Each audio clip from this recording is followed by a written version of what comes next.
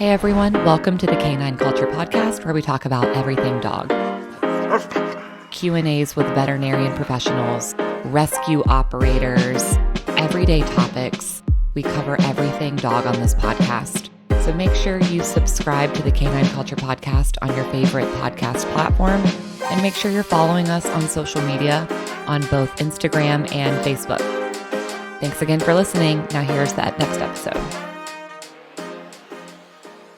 Welcome everyone to episode 8 of the Canine Culture Podcast.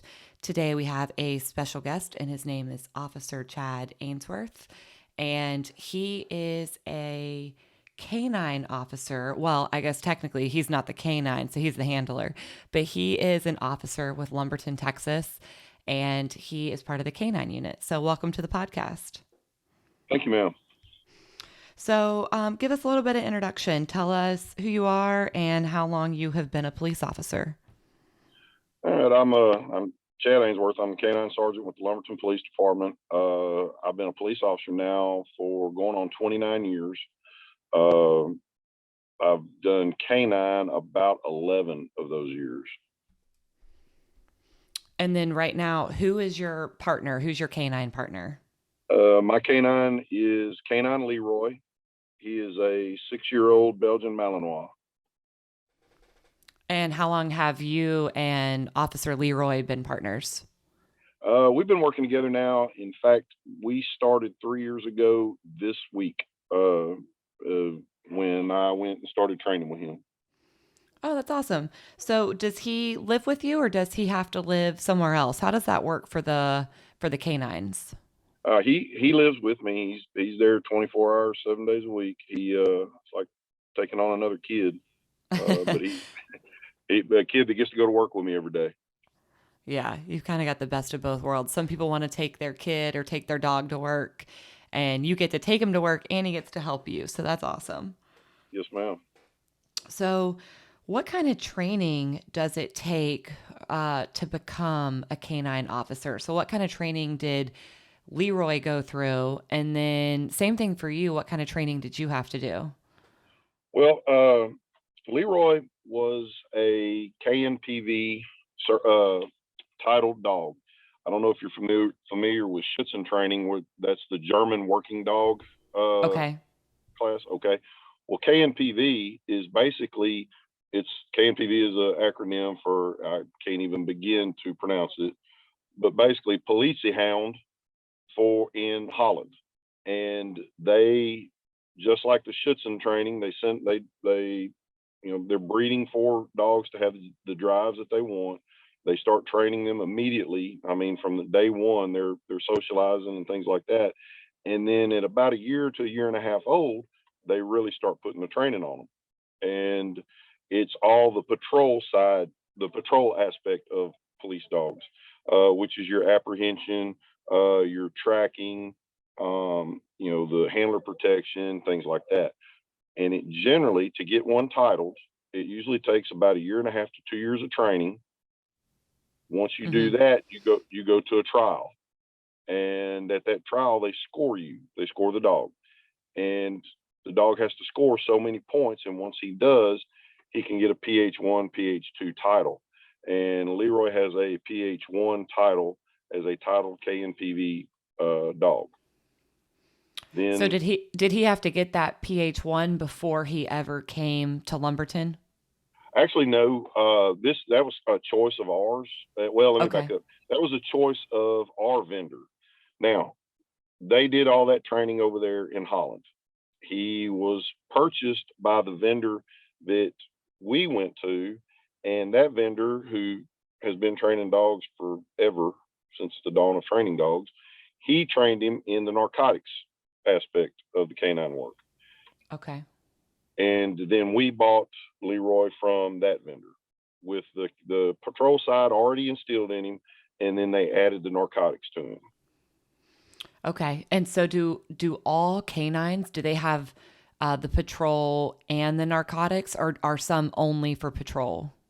Some are, it depends. Some are only for patrol. Some are only narcotics. Some are both. Some are, they have explosive device detection dogs, with patrol. You can do whatever. And a lot of times now, when it comes to explosive dogs, generally you want a very calm, very mild Mm-hmm. mannered dog, because you got a hyperactive dog, you'll only find that bomb once. Right. So we don't want that. We want to continue on, but for our uses, for our purposes, we wanted a narcotics dog with the patrol side also, the with all that entails that. And this is actually Leroy's my first patrol dog that I've ever had. I've had narcotics dogs in the past, and this is a whole, pardon, I guess the only way to describe it, is a whole other animal. This is Right. a lot of work. Yeah. It's a lot of work. So for the narcotics dogs, what are they trained to sniff out? Is it, and kind of part of this question, is it, heroin, meth, the traditional drugs, or is it beyond that? There is beginning to be some of a change, but generally in fact, today was our annual certification. We had to certify in narcotics and patrol, which is a whole big test today. But today, Leroy certified in the detection of cocaine, marijuana, methamphetamine, and heroin. He is also certified through another national agency on all those four. Plus, he is certified in finding MDMA, ecstasy. Oh wow. Okay. And so you just said today was your 1 year certification. So every year Leroy has to take his test. Yes, ma'am. We do. The state of Texas requires that uh, all narcotics dogs be certified by a national independent organization that says, yes, this dog passed our criteria. He is a certified narcotics dog. They do not require the patrol side. That's up to the individual agency. Of course, for liability issues and to stand behind the dog, they want the dog to also, our agency wants him to, and I say him, it's us, we're a team. We have Mm-hmm. to be certified in the patrol side of it as well. Okay. So what kind of training did you do to basically get a canine officer? Did you have to do separate training outside of your normal police department training? Yes, ma'am, very much. Just for starters, our agency bought Leroy through a vendor, Canine Concepts in Broussard, Louisiana. Uh, my chief, we met back in 1996 when he had his first dog. He worked here at Lumberton, and I worked for another agency, and I had a dog.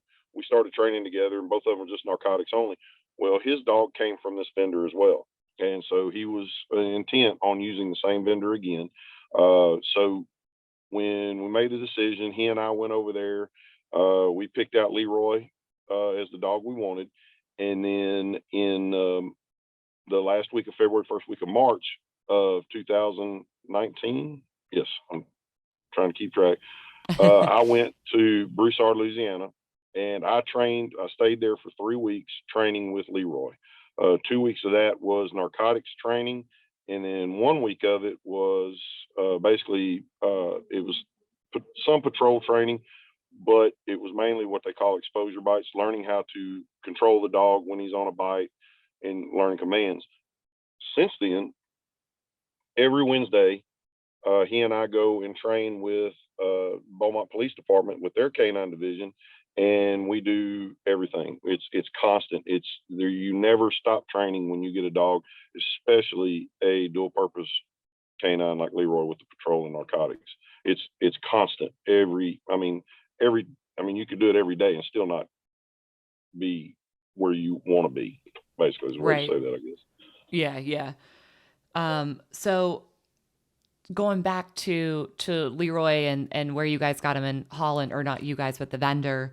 Mhm. So you said they start training them right away. So as puppies, they start their training day one, right? Yes, ma'am. The big thing, Belgian Malinois are high drive dogs for the most part, Mm-hmm. if they're bred correctly. And high drive means that they're hard headed, hard working dogs. If you don't give them a job, they're going to tear stuff up. They're going to be hard to handle. They need the work. They need stimulation. Well, the other thing that they also need is socialization. So when they hit the ground as a puppy, as soon as they are off their mothers, they start the socialization part of it. They're taking them everywhere, exposing them to everything, all kinds of different environments, from the surfaces they work on to the sounds they hear to the places they're at. It's constant. Gets them to where they're steady, that nothing throws them off. Uh, Right. Even from getting out in the middle of a freeway in the median and just getting the dog out and doing obedience out there, so he's not paying attention to cars going by. He's listening Mm-hmm. to the handler. Hmm. Excuse me. And so that's the big thing at that point, especially with these high drive dogs. Start them as soon as you can with the socialization, because some of the drives that we use, especially civil drive, is that they want to protect themselves. Well, you don't want them afraid of anything when it comes to protecting themselves. So you don't want them biting out of fear, things like that. Right. There's certain things that we start looking at then, but you don't want them scared of anything if you can help it. Mm-hmm. Have you ever seen any dogs come through that started their training later in life at 2, 3, 4 years old? Oh yes, ma'am. Especially narcotics dogs. The patrol dog is a little different. The there's a lot of agencies that will go to rescue places, rescue foundations, and things like that, and get dogs. They'll test Oh, them, that's see awesome. if they yes, they'll test them, see if the dogs have the drives that they're looking for, and go from there. The only problem with that is, with Leroy, we had guaranteed health certificates with him. Hips, knees, his genetics are good, things like that, and the vendor would stand behind it for 1 year of any injury that comes up that's a genetic defect or found out. They'll stand behind him and replace the dog. Um, the problem that you run into with going to rescues is, what's the dog's health? What was Right. it? What's his background? What's his current health? Is there anything that's going to come up later? Because there is a huge investment of time in these dogs. Mm-hmm. Uh, Again, the narcotics, if the dogs have got the drives, that's it's a lot of work, but it's nowhere near the work for the patrol side. Um, Okay. it's a it takes it takes a lot. It takes a lot of dog to be a good patrol dog. And that there's the big thing when it comes to the patrol side of it. Yeah, that makes sense. I mean, I feel like normally you see either these dogs or German Shepherds, which I don't know if they're using German Shepherds as much anymore. Do you know? Have you seen any really lately? The No, the and there's a reason why. Uh, you know, Everybody fell in love with German Shepherds.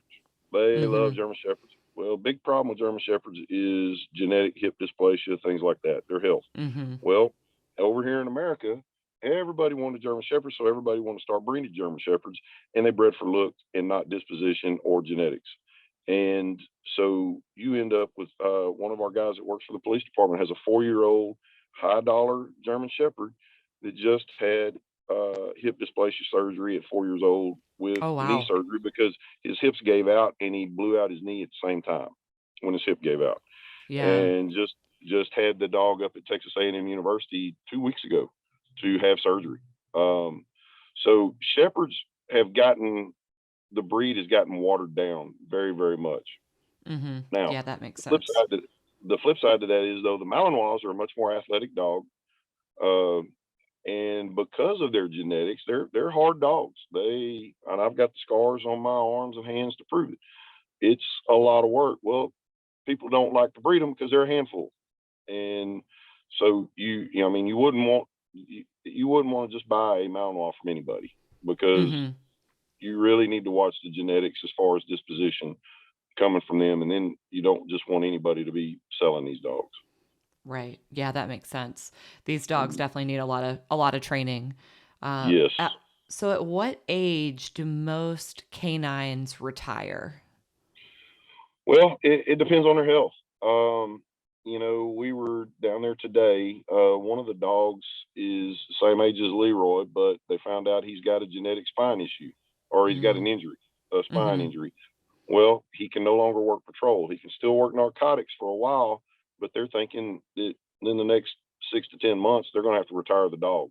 Um, we've got another dog in another agency at Port Neches Police Department. He's 8, going on 9 years old. Now he has definitely slowed down, but he is Mm-hmm. still a patrol and narcotics dog. Um, I meant to say this too, as far as when we're talking about the age, as far as when they start and things like that. Mm-hmm. Mm-hmm. Beaumont Police Department uses a different vendor, and for their where they get their dogs are basically coming from the same place that my vendor gets them. However, They go for younger dogs. They don't want a title dog. They want a younger dog that they basically finish out the training. And so they've just gotten, right now, their sergeant is in Bandera, and his dog is, they think, 17, 18 months old.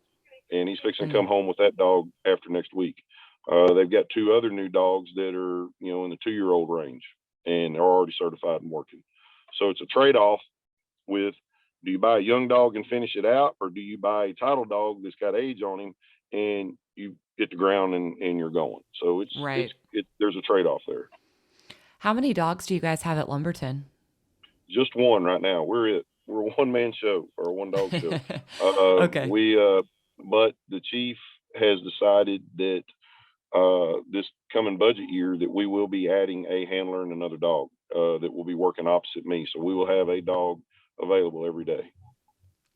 And when you and Leroy are working, so if he's working patrol, that's just you guys basically just literally sitting on patrol, right? Like running traffic stops and things like that. And then for the narcotics, do you guys go to like, the state fair, county fair? Or do you guys go to different events and things like that when he's working narcotics? Oh no, our big thing is the trafficking of narcotics. We're not Mm, only us, okay. but so we're making traffic stops with the intent to look for narcotics. Um, there's a lot that goes into interdiction work, and we work hard on that, looking for people transporting narcotics up and down the road. The other thing is we're the only canine in my county, Mm-hmm. um, and our chief has has made it very plain that we will go work wherever you need us. If say a neighboring agency says, "Hey, you available for a canine sniff?" Yes, sir. We'll be there in a few minutes. Or get called from the house. The neighboring agency had a guy run from them, and they need to track him. We'll go track. So when we come on duty, there's no telling what we may end up doing. It's whether it's making traffic stops, working traffic, or Mm-hmm. going out and hunting people or whatever. We do it all. Okay. Yeah, so that might be maybe a little nerve wracking, but maybe also a little bit of fun for you and Leroy because you guys are always going to do something different. Hey, let me tell you, this is, like I said, I've been doing this 29 years. This is the most work and the most fun I've ever had at any time. If I can finish my career working a dog, that's what I want to do. As long as, of course, getting up in age, you're getting a little long in the tooth. Uh, Keeping up with him is the hard part. That's, Yeah. that's where it gets me, because I'm limping around today with a bad knee and a back that doesn't want to cooperate very well today, and so I leave, and muscle relaxers when I go to bed end up being a pretty good friend. Right. So whenever Leroy's on duty, what kind of gear does he wear? Does he wear like a bulletproof vest, or does he what kind of, what do the dogs wear? Cuz you always see the movies and they're in all this gear and they've even Yeah, got like goggles and stuff. So what does he normally wear on a day-to-day basis? we do. We've got a ballistic vest. The problem with that is it is so heavy and so hard on the dog, and when they get amped up, you can't leave it on them all the time. If we go to a specific situation where let's say we're going to search a building and we believe that the suspect may be armed, we'll put his ballistic vest, and it's a stab proof vest also. We'll put that on him. But generally, his day to day working gear is he wears a vest, harness, that's got the Velcro patches on it that identifies him as a police canine. And it's also got a handle on it for me to grab hold and be able to control him with. And then he wears his patrol collar, and he also has an e-collar that he wears all the time too. And then when he comes home, does he get to take off all of his police gear and just Oh yeah, relax around the house? he knows the routine. We every night before we go home, we work 2P to 2A, and kind of out during the busiest times that he would be needed. Well, he Hmm. knows when I pull into the gas station at 1:45 and I'm getting gas, we're fixing to head home. He starts turning circles because we have a routine. I'll start filling up the truck. I go around to his door, take all his stuff off, and go around to the back and get him one of his treats. And it's time to eat. He gets a cookie, a dog cookie or whatever. And then we go home, and he's out of it, and he's just a dog. Gets fed, and time to go to bed. Oh, that's awesome. I love that he has a routine and he knows he's getting a treat at the end of the day. Let me tell you something. He is so, it's amazing. If you could see the inside of this truck, he can barely see out the windows, but he knows where he is all the time. When we Mhm. go to training, he knows I'm going to get to play. I'm going to get to bite something. I'm going to get to hunt dope. I'm going to get to do this, play with my toy, yada, yada. Well, he starts doing what we call Malinois circles. They just start circling. They're pumped up. They're ready to go. I Yeah. pull in that gas station. He starts circling. I'm going to get this stuff off, and Dad's going to give me a treat. We get to the house. He starts circling. He runs to get into his kennel because he knows it's time to eat. I'm going to go eat. So he knows exactly where he is all the time. It amazes me, to be honest with you, because just what he can do, not only just working but just watching him. Yeah. So at home, do you guys, I mean, I don't know if you play with toys. Do you guys ever play with any type of toys, or do you have to kind of be limited to make sure he sticks within his training, or how does playtime work at home? We swim. We generally, his whole world revolves around getting his toy. Um, the the drives, the genetic drives that we use on them is prey drive, civil drive, and pack drive. Pack drive is that they want to belong to a pack. He's got to recognize me as alpha. He's number two. Everybody else is behind that. I'm the bad guy. I'm the big guy. He's number two. He protects me. He protects his pack, and then everybody else, is behind that. Well, then you get into the prey drive. Prey drive. The only way to satisfy prey drive is to fill the mouth, not to Mhm. tear something up, not to destroy it, but he needs something in his mouth. And that's the prey drive. That's where you see the dogs that, you know, you hate to see it, but they get to playing with a kitten or something Mhm. and they end up with it in their mouth. They're not trying to eat it, but it ends up in their mouth and they want to play with it. And then when it doesn't escape and do all this stuff, well, I don't like this anymore. And they Yeah. move on, you know. Yeah. Well, with him, he wants his toy in his mouth or to bite the bad guy. Because again, he's got something in his mouth. When he Mhm. bites the bad guy, he transfers into civil drive. Civil drive is the drive to protect yourself, whether it's to evade what's happening or to fight what's happening. Well, we don't want him to evade it. We Mhm. don't want him. We want him to fight it. So, with all that said, wrapped up into one thing, his best. He's satisfied when he's got something in his mouth. When Mhm. he's able to get his toy, or whether he's biting a bad guy, that's when he's satisfied, and you can just see it. He just settles in. Mhm. And we'll get out there and play fetch just to run some energy off of him. During the summer, get him in the pool, make him sit on the side of the pool, and again, it's constant training. He gets out of the pool, I make him sit. I'll take his toy, cross the pool, give him the command to fetch it up. He jumps out there, swims, gets the toy, goes back up, and has to out the toy, let go of the toy without a fight. And he sits down again, and I'll take it back out, and we'll do it again. And because how summers are here, it's hard on them to run their feet off of them. But boy, you can put them in the pool and get a good workout out of them. Right. Yeah, I always wondered, if they were allowed to play when they were off duty. It's one of those things that I don't think people really talk about or really know about. Whenever a canine is done with work, do they get to be an everyday dog? And it sounds like they They do, and it sounds like they love it too. Oh, it is. It's and you got to let them have that, because it when we go to work and we actually have to get out and start doing something, he gets amped up, and that's a lot of stress. And and they need that time to calm down, just like I do. I mean, he doesn't get Right. to drink beer, but I'll drink a beer. He he needs that playtime, that release time to be able to just be a dog. My stepdaughter lived with us, and that's I think he loves her more than he loves me. He'll climb he as soon as she comes home from work, she'd go to her bedroom. He's jumped up in the bed, laying up watching Teen Wolf with her. That's his thing. He loves laying up with his Macy, and that's his girl.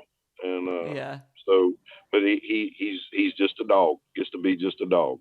But Mhm. now the other side of it is too, with these drives that he has, we have to be careful. He's, well, I've got a grandbaby, and I watch her because she accidentally falls on him. We don't want any issues. She's 2 years old, so we have to be mindful of that as well, because he is still a dog, number one, and he is a Mm-hmm. high powered dog, and Right. you've got to be cautious of that. Right. So, what would you say is the biggest challenge of working with a canine? Uh, for me, a lot of it's the physical part of it. The tracking, the tracking especially. Because we go wherever he's got to go, we got to go, and whether it's through a briar thicket, through a pond, across a creek, whatever. The training for the tracking, the training for the work. And I say it's the hardest part. It's the hardest physical part of it. Mm-hmm. Um, there's so many things that we're looking for in the dog to body reactions, body changes, breathing changes, things like that to determine, is he in odor, is he actually on a track. So and I say it's hard, but it's probably the most rewarding. I love dogs. There's, to me, and it doesn't matter what discipline you're talking about, there's nothing better for me than to watch a well trained, good working dog work, whatever he does. Anything, Yeah. whatever he does. I love to watch a dog work, and when they're good at it, man, whether it's tracking deer or anything, I love watching a well trained working dog work. Yeah, I have Pomeranians, so they don't Mhm. work. They think they're guard dogs, but Oh yeah. Well, they're not going to and do anything. it's funny you mentioned that. At home, my wife has got, and I give her, and I promise I'm kidding when I say this, but I tell her she's got three of the most worthless dogs on the face of the planet: a Pomeranian, a Yorkie, and a Dachshund, and they rule the roost. And bless his heart, and we've got a cat too. And Leroy is scared to death of that Pomeranian. Oh, I She believe it. she gets all over his butt, and he runs, and he's scared of the cat.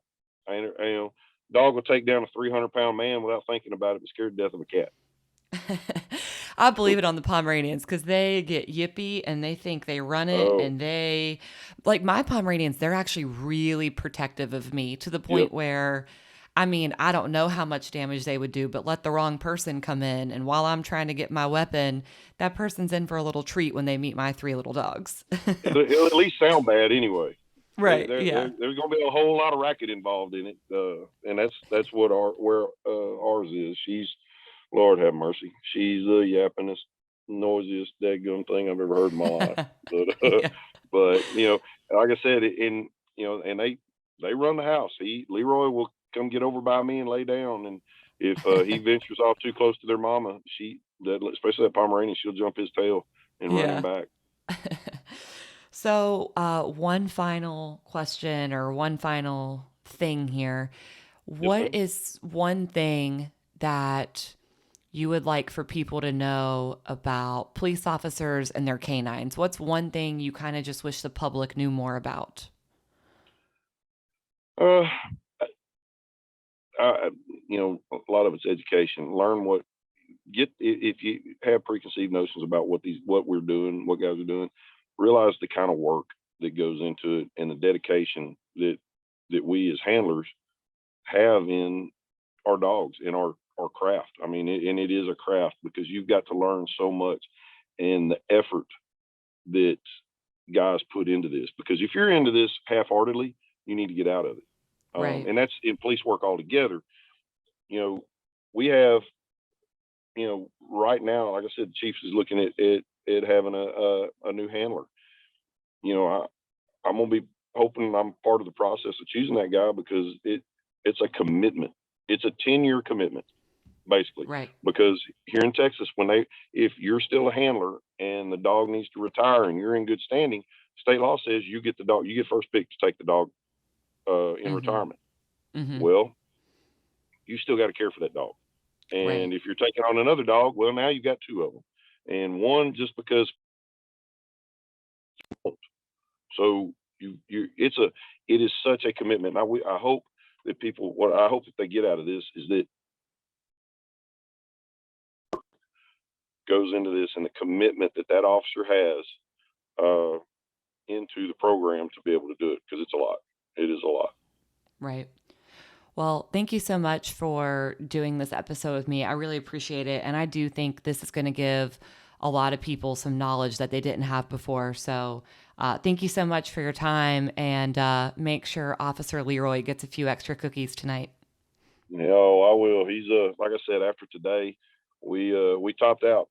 It was a really, really, really good day, and so we will, and we appreciate you having us on. Yeah, awesome. Thank you so much. You guys have a good night. Thank you, ma'am. You too. Thank you for tuning in to the Canine Culture Podcast. Please make sure you subscribe to the Canine Culture Podcast on your favorite podcast platform, and make sure you're following us on social media. If you have any recommendations, any topics that you'd like to hear, if you know of any guests that would be good for the show, or if you yourself want to be a guest, please reach out to us. Send us an email at canineculturepodcast@gmail.com, or send us a direct message on social media. Thank you for listening, and please share this with any of your dog-loving friends.